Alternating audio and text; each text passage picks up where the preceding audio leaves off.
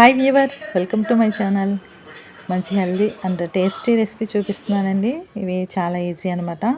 First ఒక ముప్పావు cup బెల్లం తీసుకోండి.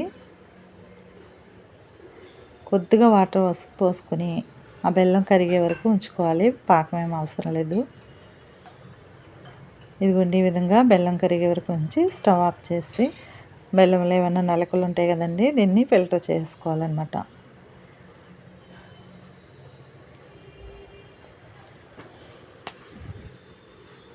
దీనికి మనం వరిపిండి, బియ్యం నానబెట్టడం అలాంటివి ఏం అవసరం లేదండి.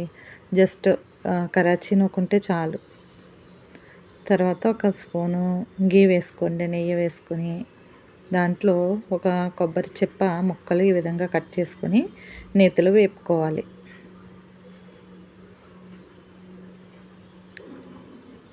తర్వాత దీనికి చూడండి, సుజీ రవ్వ అంటారు కదా, దాన్ని ఒక కప్పు, అలాగే గోధుమ పిండి ఒక పావు కప్పు తీసుకుంటున్నాను. ఈ ప్లేస్లో గోధుమ పిండి కానీ మైదా పిండి కానీ కూడా వేసుకోవచ్చండి. తర్వాత 4-5 యాలకులు కూడా ఇందులో వేసుకోండి మిక్సీ జార్లో. తర్వాత మనం బెల్లం కరగబెట్టుకున్న వాటర్ని కూడా మొత్తం పోసేసుకోవాలి.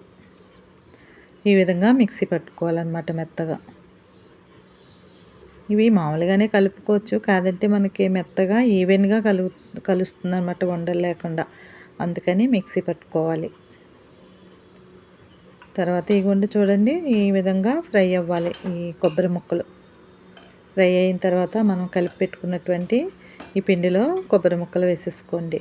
ఇంకా జారుడుగా ఉండటం కోసం మిక్సీ జార్లో కొద్దిగా వాటర్ వేసి ఇందులో వేసుకుని బాగా కలుపుకోండి.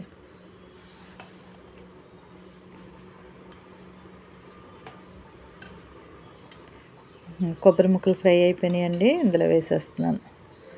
లైట్గా బ్రౌన్ కలర్ వస్తే సరిపోతాయి అన్నమాట, కమ్మగా టేస్ట్గా ఉంటాయి.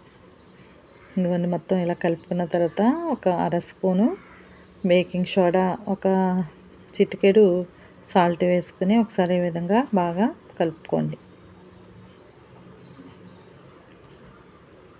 ఈ విధంగా కలుపుకున్న బ్యాటర్ని పక్కన పెట్టుకుని తర్వాత స్టవ్ వెలిగించి ఒక కడాయి పెట్టుకుని డీప్ ఫ్రైకి సరిపడా ఆయిల్ వేసుకోండి. ఆయిల్ బాగా హీట్ అయిన తర్వాత ఒక గుంట గట్టి తీసుకుని ఆ గరిటెతో పొంగడాలు వేస్తాం కదండి, ఆ విధంగా వేసుకోవాలన్నమాట. మనకి మూకట్లు ఎన్ని పడితే అన్ని వేసుకోవచ్చు. నేనైతే బ్యాచ్కి 3 చొప్పున వేసానమాట. దీన్ని మీరు బూరెలు అంటారో, పొంగడాలు అంటారో, స్వీట్ అంటారో, మీ ఇష్టం అండి. నేనైతే పొంగడాలు అంటున్నాను అనమాట. ఫస్ట్ టైం ట్రై చేశానండి, చాలా బాగా వచ్చాయి. పిల్లలు ఎప్పుడన్నా తినడానికి ఏమన్నా కావాలి అన్నప్పుడు మనం ఇన్స్టెంట్గా ఇది చేసి పెట్టుకోవచ్చు అనమాట.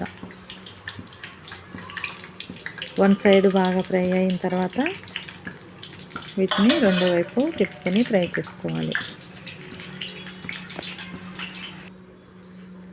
తింటున్నప్పుడు ఈ కొబ్బరికాయ ముక్కలు మనకి పంటికి తగిలి చాలా టేస్ట్ అయితే వచ్చాయండి. ఈ ప్రాసెస్ చేయడం చాలా ఈజీ కూడాను.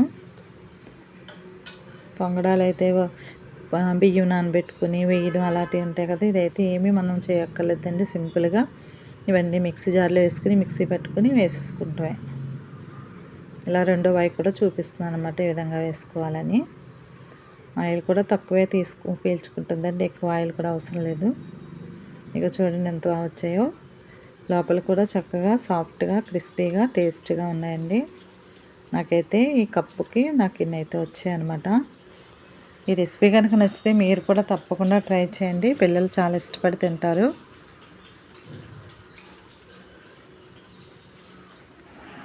ఇదిగోండి, రెడీ అయిపోయినాయి. కరాచీతో పొంగడాలు అయితే రెడీ అండి. ఓకే అండి, థ్యాంక్స్ ఫర్ వాచింగ్.